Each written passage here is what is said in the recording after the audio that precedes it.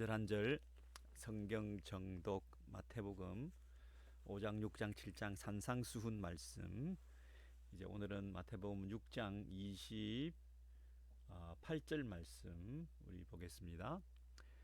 마태복음 6장 28절 우리는 성경 펴시고요. 또 너희가 어찌 의복을 위하여 염려하느냐. 28절에 또 그랬으니까 이것은 그 윗구절하고 연관성을 가지는 거죠. 의복을 어찌 위해서 염려하느냐. 그러면 그 위에는 음식을 위해서 네가 염려했던 그 부분을 여러분 기억하시죠? 음식. 네. 그래서 음식을 염려하는 것, 먹고 마시는 것을 염려하는 것과 입는 것, 의복을 위해서 염려하는 것, 인생은 크게 두 가지를 기본적으로 염려하고 사는 것 같습니다. 그 25절부터 다시 우리 복습해 보시면, 그러므로 내가 너희에게 이르노니 목숨을 위하여, 이 인간의 생명, 목숨을 위해서는 음식, 먹는 것, 입는 것, 먹는 것, 마시는 것, 이게 기본적인 것이죠. 그리고 몸을 위하여 무엇을 입을까? 우리가 문화를 향유하고 기본적인 의식주가 해결된 가운데서 생존 차원뿐 아니라 생활이라는 차원에서 동물처럼 짐승처럼 생존보다도 더 부요한 풍성한 그런 의미 있는 이 땅에서 인간답게 살아가는 가치 있는 삶을 우리가 기본적으로 갈구하고 있는데요. 그것을 위해서는 우리는 항상 무엇을 먹을까, 무엇을 마실까, 무엇을 입을까 그렇게 염려하게 된다. 그게 인지상정 아니겠습니까? 그런데 문제는 누가 염려함으로 너희 중에서 그 키를 한 자라도 더할 수 있겠느냐. 27절 말씀 우리가 배웠죠. 그 키라고 하는 것은 약간 중의적인 의미가 있는데 생명의 길이, 수명이라는 뜻도 되고 신장, 키, 높이라는 뜻도 될 수가 있기 때문에 이것이 목숨과 몸, 우리 신체와 수명 이렇게 보는 것도 좋겠습니다. 단순히 목숨과 관계된, 수명만 관계된 것뿐 아니라 몸과도 관계된 것이라 이렇게 볼 수 있겠죠. 그래서 우리가 아무리 수고한다 하더라도 키를 늘릴 수가 있겠느냐, 몸을 우리가 다르게 만들어낼 수가 있겠느냐, 그죠? 하나님으로부터 주어진 것이라는 거죠. 목숨의 길이, 수명도 우리가 노력한다고 해서 수명의 길이를 더하게 할 수 있겠느냐?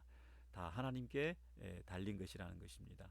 하나님께로부터 온 이 몸과 목숨, 이것은 하나님이 우리에게 주신 것이기 때문에 이렇게 귀중하고 우리가 어떻게 할 수 없는 것, 선물로 주어진 이 몸과 목숨, 생명이라고 하는 이것에 대해서 하나님이 책임지실 것이다.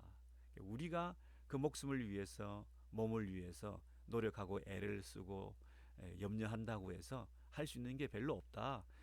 그러므로 우리는 무엇을 먹을까, 무엇을 입을까, 무엇을 마실까, 이 부차적인 것에 너무 마음을 집중하지 말고 근본적으로 목숨과 몸이 하나님으로부터 이 소중한 것을 우리가 받았다고 하는 데 대한 그런 확신을 가지고 이렇게 귀한 것을 주신, 나에게 주신 그 하나님께서 이것에 필요한 의복과 음식은 자연히 공급해 주실 것이다.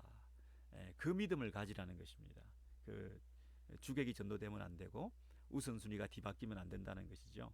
그래서 먼저 그 나라와 의를 구하라 하는 얘기는 네가 먼저 먹고 마시고 무엇을 입고 하는 거기에 전전긍긍하지 말고 너에게 주어진 그 목숨과 몸을 가지고 먼저 하나님 앞에 어떻게 이 목숨을 드릴까, 이 생명을 다하여 주를 위해서 살까, 어떻게 하나님과의 관계를 어렵게 가져갈 것인가, 이 몸뚱아리 하나 주를 위해서 어떻게 쓸까, 이 부분을 먼저, 가장 귀한 나에게 주신 그 선물을 주를 위해서 먼저 내가 어떻게 사용할까, 여기에 생명을 초점을 맞추고 있으면 이제 하나님께서 그것을 귀히 보시고 그에 걸맞게 필요한 것들을, 이 모든 것을 너희에게 다 더하시리라, 추가적으로 어디셔널리 우리에게 주어진다는 것입니다. 이것은 하나님께서 더해 주시는 것이지 우리가 공급, 자체 생산, 내가 미리 만들어내는 이게 아니라는 얘기를 하는 거죠. 하나님께서 더해 주시는 것으로 우리가 믿음으로 받을 수 있다. 그래야 이게 인생의 그 우선순위가 맞아지고, 그 질서가, 인생의 질서가, 이 삶의 어떤 그 균형이, 삶의 어떤 그 밸런스가 맞는 그런 삶을 우리가 살 수 있다는 것입니다. 이게 우선순위가 뒤바뀌게 되면 뭐 열심히 사는 것 같아도 뒤죽박죽이 돼가지고요, 모든 것이 제자리에 있을 때 제 기능을 하고 가장 아름다운 것인데, 제자리에 있지 않고 우리가 막 분주하기만 하면 남는 것이 하나도 없고, 늘 바쁨에 비해서 효용성도 없고, 정말 하나님께서 공급해 주시는 그런 손길을 경험하지도 못하고, 그냥 분주하게 살다가 인생을 바쁘게 마감할 수밖에 없는 거죠. 그래서 보다 더 중요한 일에 인생을 걸어야지, 급한 일에 인생을 걸면 안 된다. 조급하게 생각하지 말고 큰 그림을 그려라. 그러면서 우리 지난주에 우리 공부한 것이 생각 좀 하라 그랬습니다. 생각 좀 해라. 자, 그 생각을 하라는 얘기가 오늘 본문에 이제 나오게 되는데요. 자, 28절을 다시 보시죠. 또 너희가 어찌 의복을 위하여 염려하느냐, 들의 백합화가 어떻게 자라는가 생각하여 보라 그랬습니다. 생각하여 보라.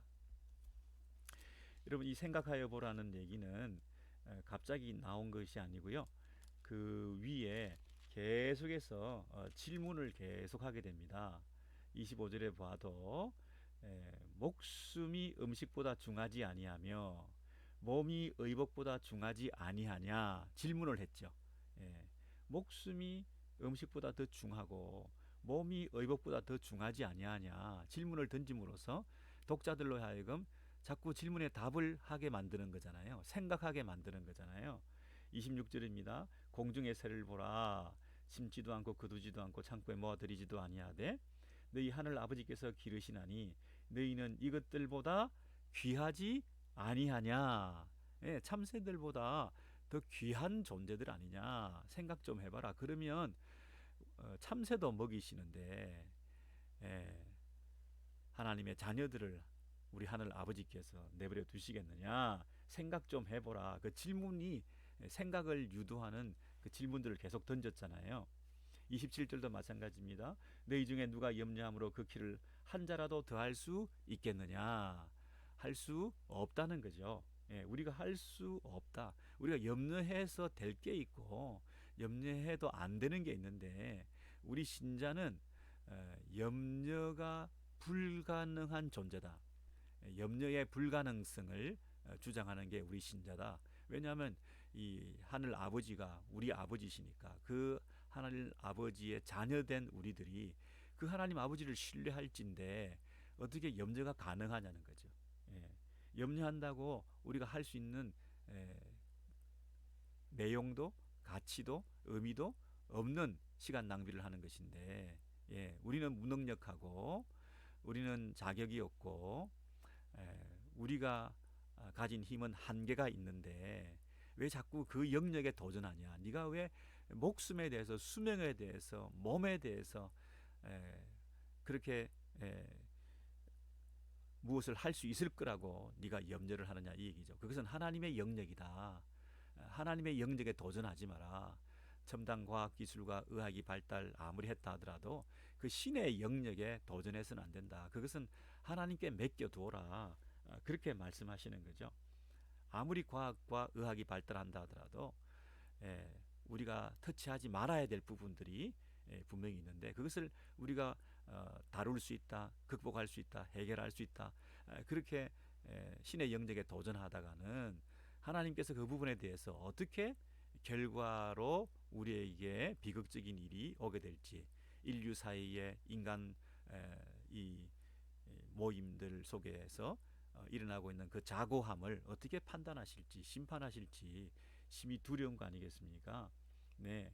그래서 우리가 염려해야 될 것은 다른 염려가 아니라 우리에게 주어진 그 목숨과 우리의 이 몸을 가지고 먼저 어떻게 하면 주께 영광을 돌려드릴까? 어떻게 하면 내 살아있는 수명의 그 길이 동안 주어진 그 생명에 연장시켜 주시는 그 은혜의 시간 동안 나에게 주신 이 건강과 내 생명을 어떻게 해서 주를 위해서 내가 살아갈까? 여기를 이것을 염려해야 되는 거지.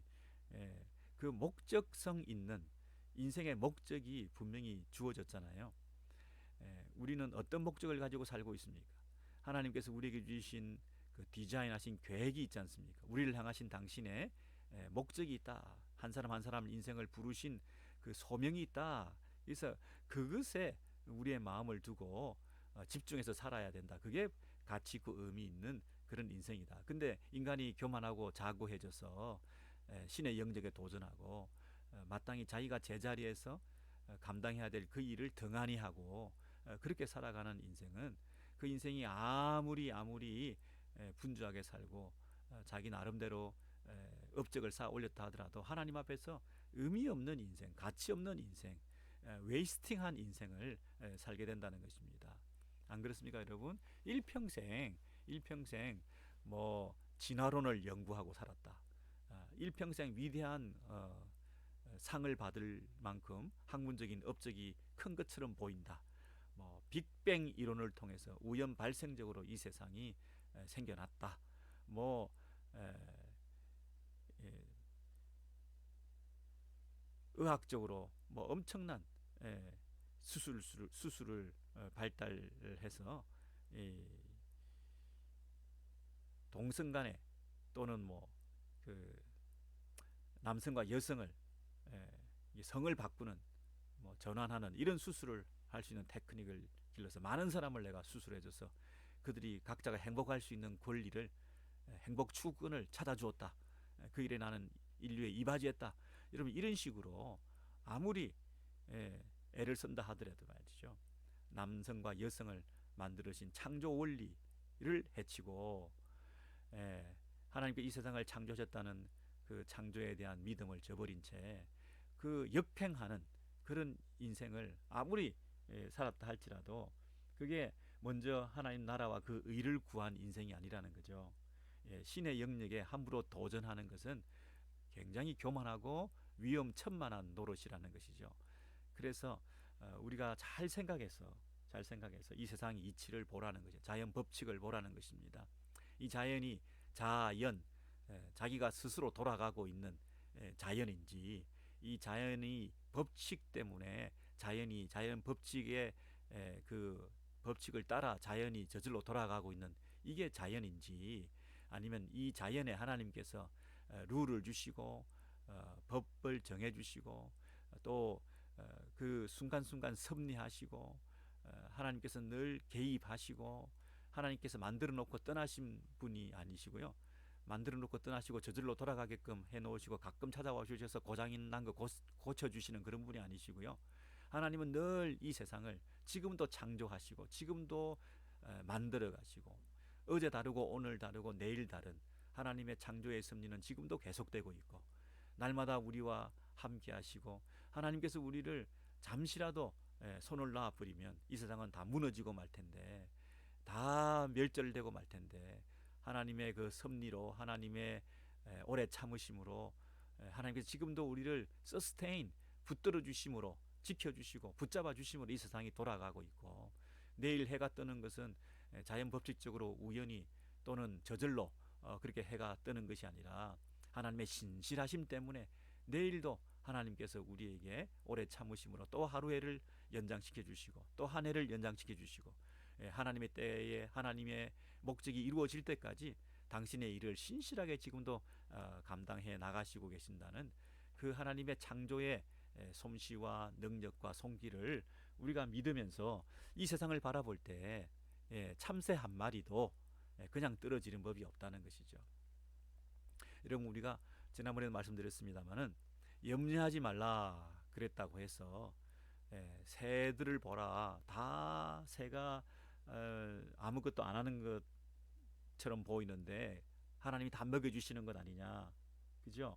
심지도 않고 거두지도 않고 창고에 모아들이지도 않고, 제가 뭐라 그랬습니까? 파종, 추수, 저장, 이 세 사이클을 통해서 이 생존 방식을 모든 그 인생들이 추구하고 있잖아요. 근데 이런 걸 하나도 하지도 않고 있는 이 새 보세요. 새가 씨를 뿌립니까? 자기 먹을 걸 뿌립니까? 그리고 그것을 뭐 거두들이지도 않고, 그러나 늘 지천에 널려 있는 것들을 먹을 수 있게 만들어 놓고요.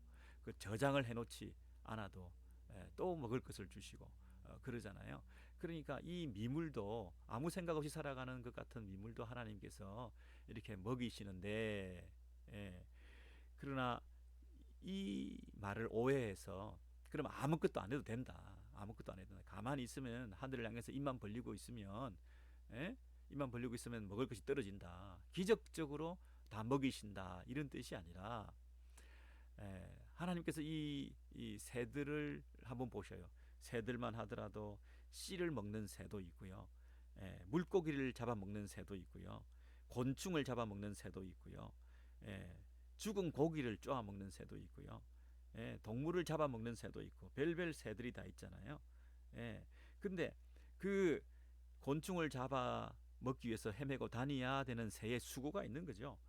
곤충, 물고기, 뭐 이 짐승 이런 걸 잡아 먹으려 그러면 뭐 노려보기도 하고 쪼아 먹으려고 이렇게 막 달려들기도 하고, 순식간에 막 그냥 착 날쌔게 취해야 되기도 하고, 그런 애를 써야 되잖아요.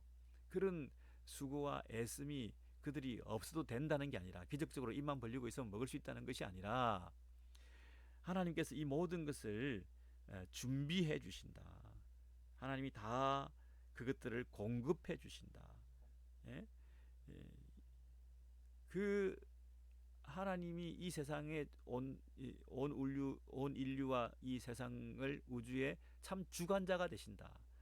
그것에 대한 믿음을 가지고 우리가 사는 것을 말하는 것입니다.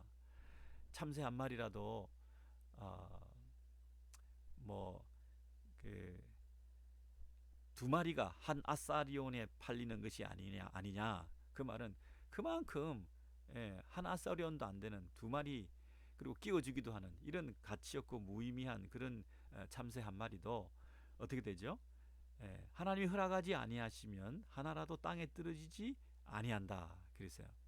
그러면 참새는 비극이 없다, 늘 잘 산다, 늘 행복하다, 그런 게 아니죠. 참새도 팔리기도 하는 거죠.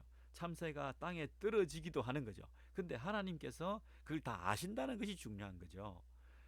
기적적으로 다 먹여준다, 수고 안 해도 된다, 그런 뜻이 아니라, 그리고 늘 행복하기만 하다, 늘 형통하기만 하다, 그런 게 아니라 팔리기 가기도 하고 땅에 떨어지기도 하고, 그렇지만 그 모든 과정을 하나님이 다 아신다, 보신다. 그게 우리에게 주는 위로라는 거죠. 마찬가지로 우리 인생들도 아무것도 안 하고 입만 벌리고 있으면 그럼 된다는 게 아니고, 염려를 하지 않고 아무것도 안 해도 된다는 뜻이 아니라, 우리가 수고하고 애쓰고 씨 뿌리고 파종하고 추수하고 거둬들이고, 그리고 저장하고 판매하고 경제 활동하고 우리가 하는 거죠. 하는 거죠. 뭐 우리가 떨어지지 않습니까? 우리가 죽지 않습니까? 우리는 병 걸리지 않습니까? 우리는 탄 비행기가 떨어지지 않습니까? 다 떨어지는 것, 병드는 것, 아픈 것 다 있다는 거죠. 그러나 하나님께서 이 모든 것을 다스리고 섭리하신다. 근데 그 하나님과의 관계를 어떤 상황 속에서도 먼저 해라는 것입니다. 먼저 그 나라와 의를 구하라. 그랬을 때 하나님께서 그 모든 것을, 우리의 필요를, 우리의 아픔을, 우리의 상처를, 우리의 눈물을 다 아시고 필요한 것들을 공급하시고 당신의 방법으로 일하시는 그것들을 체험할 수 있다는 것입니다. 여러분 오늘 본문에도 들의 백합화를 보라. 네가 어찌 의복을 위하여 염려하느냐. 들의 백합화가 어떻게 자라는가 생각하여 보라. 생각 좀 해보라. 수고도 아니하고 길삼도 아니하느니라. 여러분 수고라는 것은 남성적인 것이고요. 레이버, 들판에서 노동 치는 거죠. 길삼은 뭐예요? 가정에서 직조, 뭐 바느질, 뭐 이런 여성적인 것을 말할 수 있죠. 그래서 이 들에 핀 그 모든 꽃들이 아름답게 그렇게 피어 있는 자라는 것을 생각해 볼 때 자기 스스로 뭘 하는 게 아무것도 없는 것처럼 보이잖아요. 그러나 사실은 그 안에도 보면 무슨 그 복잡한 메커니즘에 의해서 흙도 필요하고 태양도 필요하고 양분도 수분도 적절히 광합성 작용도 하고 삼투압 작용도 하고 하면서 그 안에서 모든 일들이 일어나고 있는 거잖아요. 아무것도 안 하고 그냥 뭐 기계적으로 정지 상태에서 하나님이 늘 공급해 주시는 그런 게 아니라 이 세상 우주 만물을 하나님께서 친히 주관하신다. 그런 면에서 너 인생도 하나님께서 책임져 주신다. 그런 뜻으로 말씀을 하는 거죠. 그러니까 그 생각을 해보건대 우리가 염려할 필요가 없다. 예, 여러분 그것에 대해서 29절에 보면 더 부차적으로 이렇게 말하고 있습니다. 그러나 내가 너희에게 말하노니 솔로몬의 모든 영광으로도 입은 것이 이 꽃 하나만 같이 못하였느니라. 여러분 솔로몬의 영광 이건 하나의 그 수거적인 표현입니다. 솔로몬의 영광 그러면 이 세상에서 제일 화려했던 영화로웠던 문명과 문화를 누렸던 안 해본 것이 없는 할 것 다 해본 사람의 대표적인 인물이 솔로몬이고 그 솔로몬의 사치와 화려함과 영광스러움은 인류 사회 가운데 가장 극치에 도달한 것을 상징하는 거죠. 그래서 솔로몬의 궁궐 금은보화로 장식한 거, 그 왕가의 왕궁의 백향목으로 그 모든 가구들을 드리고 벽들을 치장하고 그 왕족들이 입었던 옷이며 그 고상하고 화려하고 그 말로 표현할 수 없는 형형색색의 그 짜임새 구조 엄청난 이런 그 지상 최고의 아름다움 이런 것이 솔로몬의 영광인데요. 솔로몬의 모든 영광이 그랬습니다. 그 모든 걸 다 합친다 하더라도 이 들판에 피어 있는 이 이름 없는 꽃 하나만 못하다 그랬습니다. 여러분 들의 백합화 그러니까 백합화 굉장히 우아하고 멋있고 뭐 순결하고 이 참 꽃 중에 꽃이다 이렇게 생각하기 쉬운데요. 여기서 말하는 그 들의 백합화 하는 것은 그 나리 종류의 이스라엘 그 팔레스타인 지역의 들판 광야 이런데 그냥 흐드러지게 피어 있는 흔해 빠진 꽃 있죠. 들풀 있죠. 그 아가스에 나오는 그 수선화 뭐이 나리 종류의 꽃이 백합화가 있었다 그러잖아요. 그런 것처럼 볼품 없는 별것 아닌 흔해 빠져 있는 그 꽃을 말하는 것입니다. 근데 그런 흔해 빠진 꽃을 이 신랑 솔로몬이 자기 신부 삼아주는 것에 대한 우리 보잘것없는 우리 교회가 우리 성도들이 그리스도의 신부가 되는 그런 것을 묘사하기 위해서 우리를 꽃이라고 했는데 그 꽃은 이름 없는 덜풀이었다 그런 뜻입니다. 밟혀지고 버려지고 내팽개쳐지는 아무 쓸데없는 이런 덜풀이라는 것입니다. 그런데 이런 덜풀도 이 들에 핀 꽃 하나 한 송이도 그 속에 자세히 이렇게 보시면 그 아름다움이라는 건 대단하거든요. 그게 코스모스 우주가 거기 들어와 있다 그러잖아요. 그 꽃잎 하나하나가 가지고 있는 생명력을 보세요. 그 프레임을 보세요. 그 구도를 보세요. 그 짜임새를 보세요. 그 색조를 보세요. 그 균형 감각을 보세요. 그 어떤 그 매치가 되는 아름다움을 보세요. 뭐 뭐 말로 표현할 수 없는 그 꽃잎 하나의 그 아름다움, 거기다가 향기는 어떤가요? 그 아티피셜한 것과는 비교할 수 없는 그 내추럴한, 하나님이 주신 그 본래의 그 아름다움과 향기와 그 자태와 모습들을 한번 생각해 보세요. 이건 뭐 비교할 수 없는 거잖아요. 그래서 그 꽃잎 하나가 더 영광스럽다. 예, 그렇게 이름 없는 그 꽃잎 하나. 예? 그래서 그 생명의 길이가 비록 30절에 오늘 있다가 내일 아궁이에 던져지는 들풀도 그랬습니다. 그럼 오늘 있다가 내일 아궁이에 던져진다는 것은 오늘과 내일 사이에 말랐다는 얘기입니다. 금방 마른다는 뜻입니다. 들풀을 베어 놓으면요, 자르면 그때부터 금방 순식간에 말라가지고 아궁이에 던져지기에 참 좋은 이 재료가 되는 거죠. 태워지기 좋은 연료가 되는 거죠. 그래서 이렇게 잠시 영광스럽게 피어 있는 것처럼 보이지만 그 배임을 통해서, 참새도 떨어지는 것처럼 인간이 탄 비행기도 떨어지고 인간이 죽기도 하고 질병에 걸리기도 하는 것처럼 이 영광스러운 이 꽃도 배임도 있는 거죠.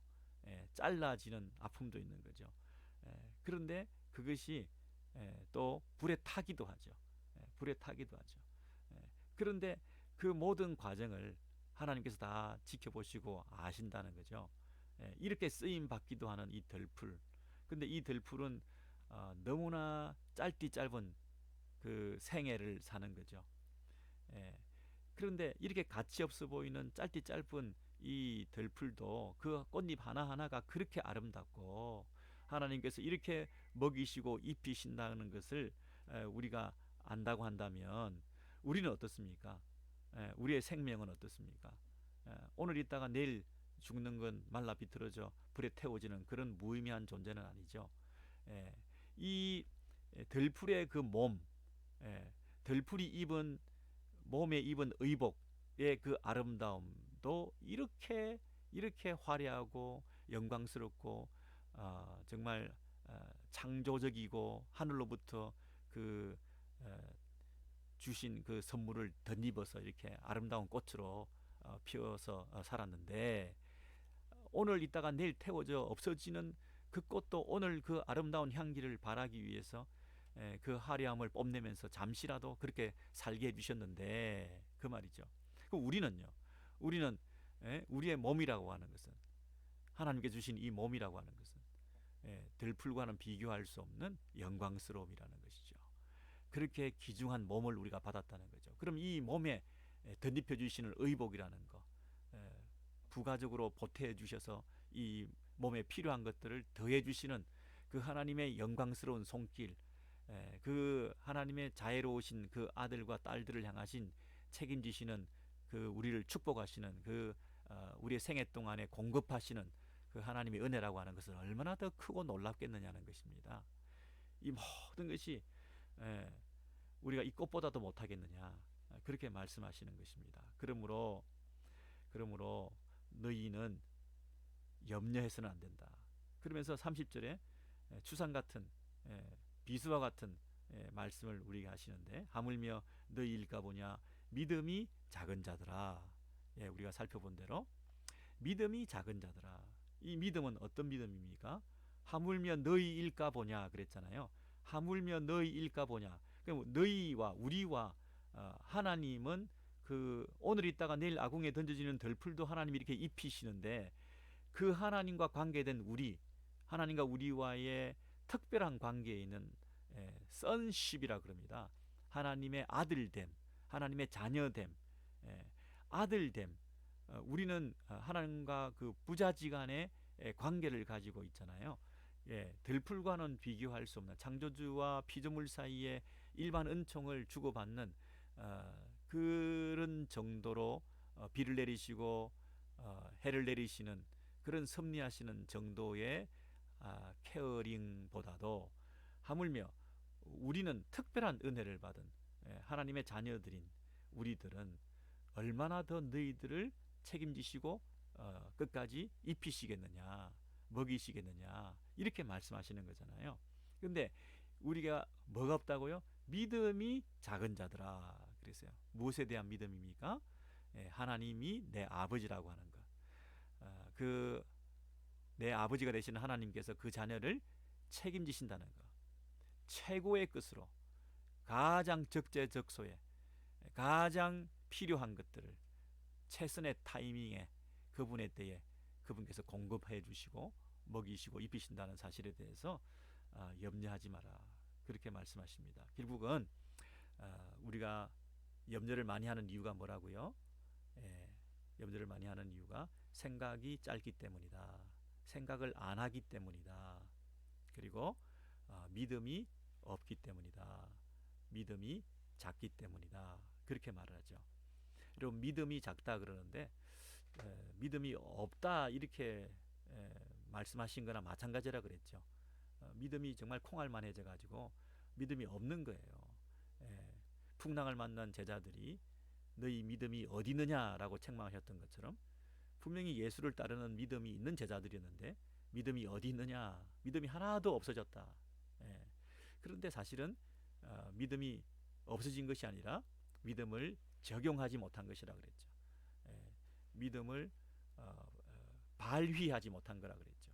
네, 하나님이 내 아버지가 되신다.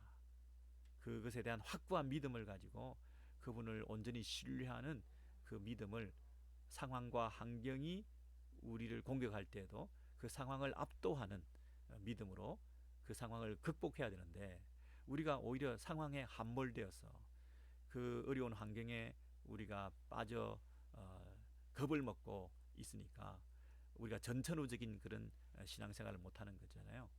여러분 우리가 비가 내리면 비가 내리는 것, 이 폭우가 쏟아지는 것이 빨리 그치게 해주세요. 이렇게 상황을 바꿔주세요 라고도 기도할 수 있지만 우리가 전천후적인 신앙을 가져야 되잖아요. 상황을 압도하는 신앙을 가져야 되잖아요. 하나님에 대한 내 아버지 되심에 대한 확고한 신뢰를 회복할 수 있어야 되잖아요. 근데 그 확고한 믿음의 회복은 생각에 있다 그랬죠. 생각해보라. 공중의 새를 보라. 들의 백합화를 보라. 그것을 통해서 우리와 하나님 사이의 그 확고한 관계, 하나님 아버지가 내 아버지다. 나는 하나님의 자녀다. 그러므로 우리들을 위해서 특별 은총, 특별 은혜, 특별 계시를 주셔서 성경을 주시고 그리고 하나님의 특별한 선물, 구원의 선물을 우리에게 주시고 우리에게 영혼을 주시고 이 영생을 주시고 우리 안에 영혼을 사모하는 마음을 주시고 새나 식물과는 다르게 짐승이나 동물들과는 다르게 우리 인생들 가운데는 특별한 영혼을 사모하는 영생의 선물을 우리에게 주셔서 우리 안에 가지고 있는 이 특별한 은혜를 우리가 예수 그리스도 안에서 선물로 받게 되었잖아요. 그래서 예수 그리스도 하나님의 아들을 우리에게 값없이 내어주신 선물로 주신 그래서 우리를 통해서 하나님 아들까지 선물로 주셔서 새로운 생명까지 공급해 주셨는데 그 엄청난 대가를 지불하시고 우리를 사셨는데 이제 우리의 남은 생애를 책임져 주시지 아니하시겠느냐. 왜? 예수라는 하나님의 아들이라는 그 대가를 지불하신 하나님께서 그 대가를 지불한 게 아까우셨으라도 우리를 향한 당신의 계획과 꿈은 계속된다는 것이거든요. 우리를 향한 그 목적을 계속해서 이루신다는 거거든요. 우리 안에 착한 일을 시작하신 하나님께서 주님께서 계속해서 그 일을 이루어 가시기를 원하신다는 거예요. 시작하신 분께서 대충 내버려 두시는 게 아니라 시작하셨기 때문에 완성하기를 원하시는 거죠. 그래서 지금도 우리 안에서 구원을 이루어가는 그 일을 계속하고 계신다는 거죠. 그 구원을 이루어가는 그 하나님의 이 목적을 이루어가는 그 일에 가장 방해꾼들이 뭐냐면 염려거리들을 등장시키는 거예요. 염려, 무엇을 먹을까, 무엇을 입을까, 무엇을 마실까 이 염려를 하는데 이것은 마치 무엇과 같다고요? 이방인들이 하는 것과 같아. 그것이 31절부터 보시면요. 그러므로 염려하여 이르기를 무엇을 먹을까, 무엇을 마실까, 무엇을 입을까 하지 마라. 이는 다 이방인들이 구하는 것이라 너희 하늘 아버지께서 이 모든 것이 너희에게 있어야 할 줄을 아시느니라. 여기 이방인들이 등장하죠. 이방인들은 우리 믿음이 있는 사람들의 반대말입니다. 그죠? 믿음이 있는 사람들은 무엇에 대한 믿음입니까? 하나님이 내 아버지라고 하는 것에 대한 믿음입니다. 하나님이 내 아버지라는 것을 믿는다는 얘기는 이방인들이 가지지 못한 것을 우리가 가지고 있다는 것이죠. 우리가 하나님이 내 아버지라는 것을 어떻게 알게 되었습니까? 계시의 말씀을 통해서, 약속의 말씀을 통해서, 이 특별한 은혜로 우리가 하나님이 내 아버지라는 것을 알게 되었지 않습니까? 성령을 주셔서, 아들의 영을 주셔서 내가 아바 아버지라고 하나님을 부를 수 있게 되지 않았습니까? 이건 말로 설명할 수 없는 특별한 은혜거든요. 특별한 은혜거든요. 근데 이방인들은 이게 없습니다. 성령을 받지도 못했고요. 아들의 영이 없으니까 하나님을 아버지라고 부를 수도 없고요. 특별히 이방인들은 무엇이 없나요? 계시가 없습니다. 신지식이 없습니다. 하나님에 대한 감각이 없습니다. 생명이 없으니까요. 이방인들은 펄펄 살아있는 것 같지만 다 죽은 존재들입니다. 이방인들은 소속이 하나님을 아버지로 섬기는 자녀들이 아닙니다. 그들은 마귀의 자식들입니다. 이방 사람들은 그 아비가 마귀입니다. 소속이 다릅니다. 그리고 결정적으로 이 이방인들은 성경을 가지지 못했습니다.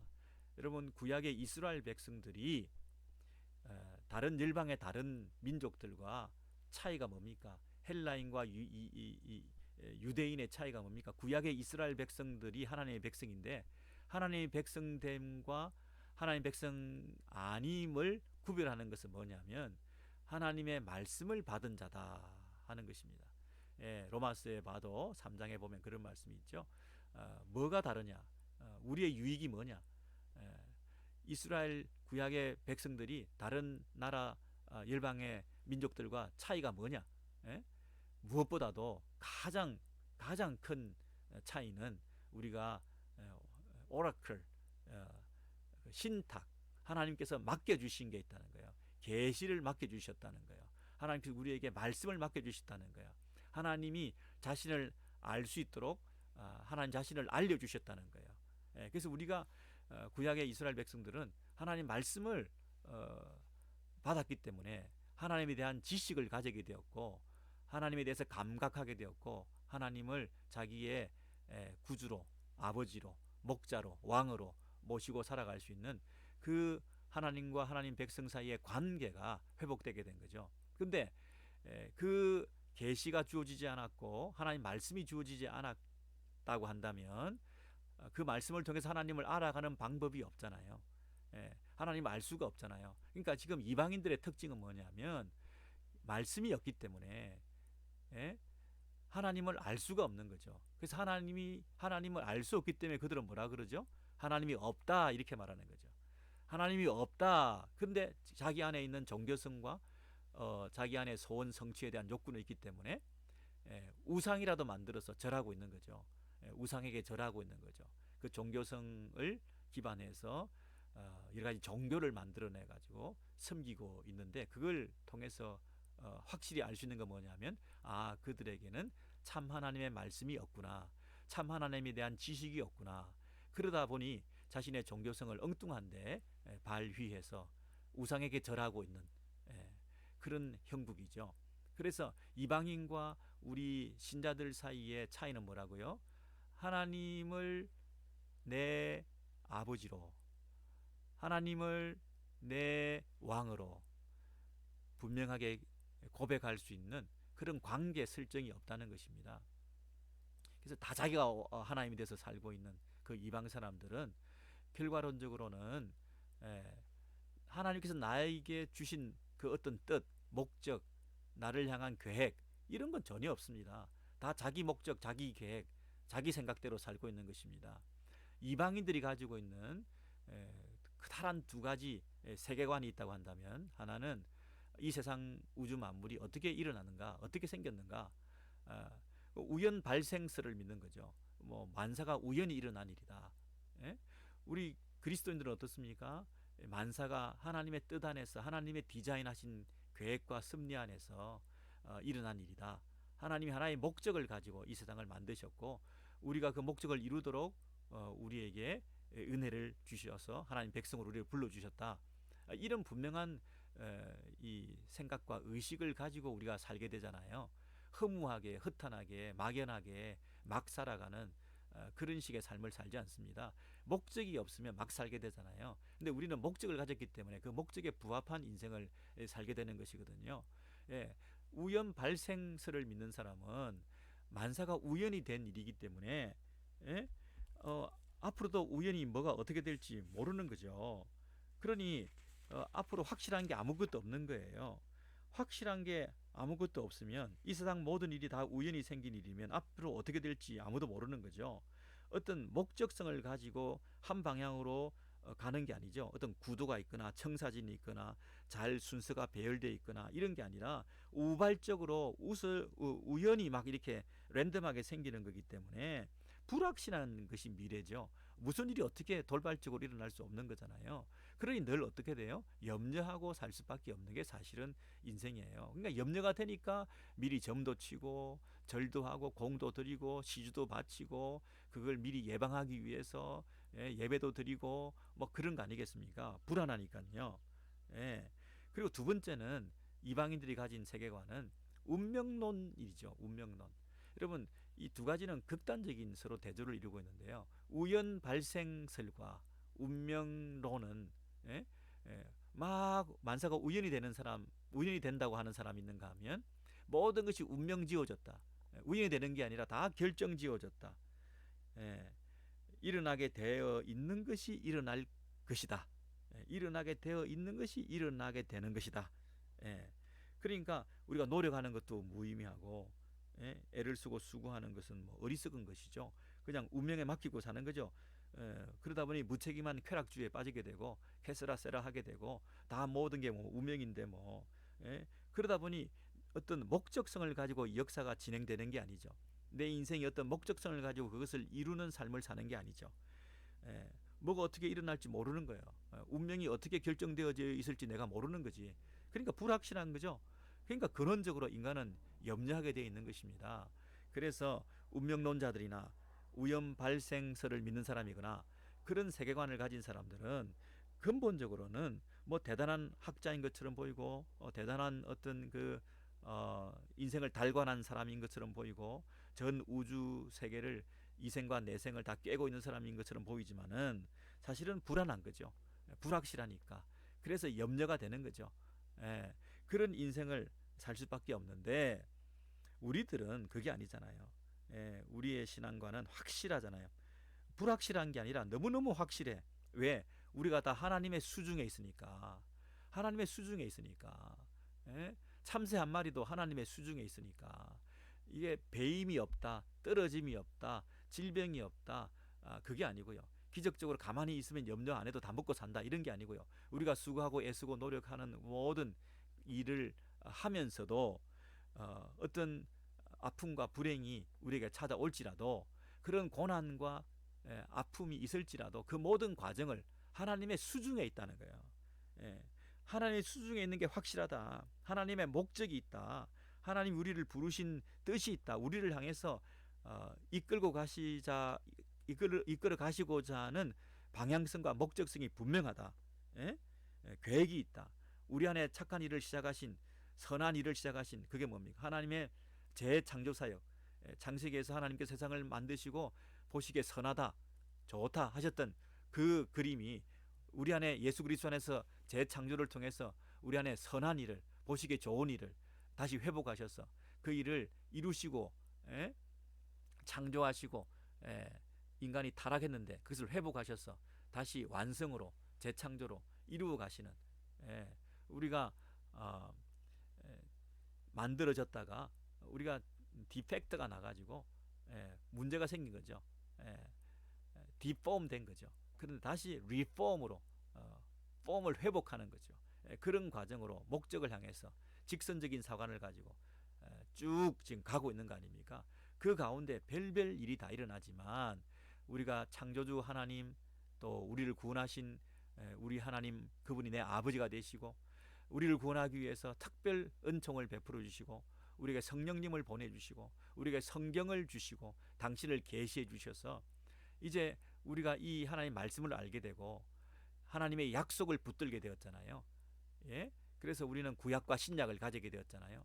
하나님의 약속을 반드시 이루시는 하나님이시라 하는 것을 우리가 믿게 되었잖아요. 여러분, 히브리서 11장에 나와 있는 그 모든 믿음의 위인들은 다 어떤 사람들이죠? 믿음이 적은 자들아, 책망을 우리가 받고 있는데요.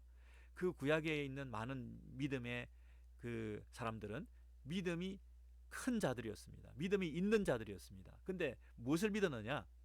당연히 예수 믿고 구원받고 하나님의 자녀가 된 그 믿음은 다 가진 것인데, 그들이 믿음이 더 좋다라고 우리에게 칭찬받는 명예의 전당에 히브리서 11장에 등장하는 그 인물들은 다 뭐냐면 하나님이 주신 약속을 굳게 붙들었다는 거거든요. 믿음이 있다는 얘기는 하나님이 주신 말씀을 굳게 붙들었다는 거거든요. 생각을 많이 해보니까 하나님이 이 모든 일을 주관하신다는 것에 대해서 강한 확신을 가지고 그 하나님께 의탁했던 사람들인 것이거든요. 그러므로 우리가 약속을 굳게 믿고 바라보는 사람들, 자, 오늘도 공중의 새를 보라, 들의 백합화를 보라. 여러분, 그걸 통해서 우리가 생각을 통해서 하나님께서 당신의 자녀들을 향하신 하나님의 큰 계획을 지금도 이루어가고 계신다.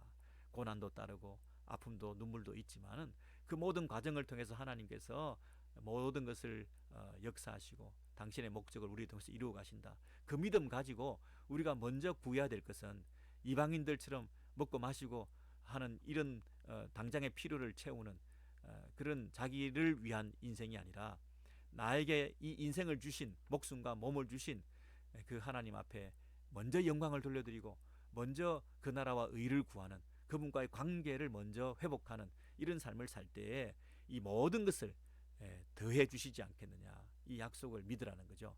이 약속을 믿는 것이 믿음이 있는 사람입니다. 믿음이 작은 자들아, 이 말은 이 약속을 신뢰하지 않는 것을 말하는 것이죠. 이 약속을 믿는 믿음은 어디에서 생긴다고요? 생각을 해라, 생각을 해라.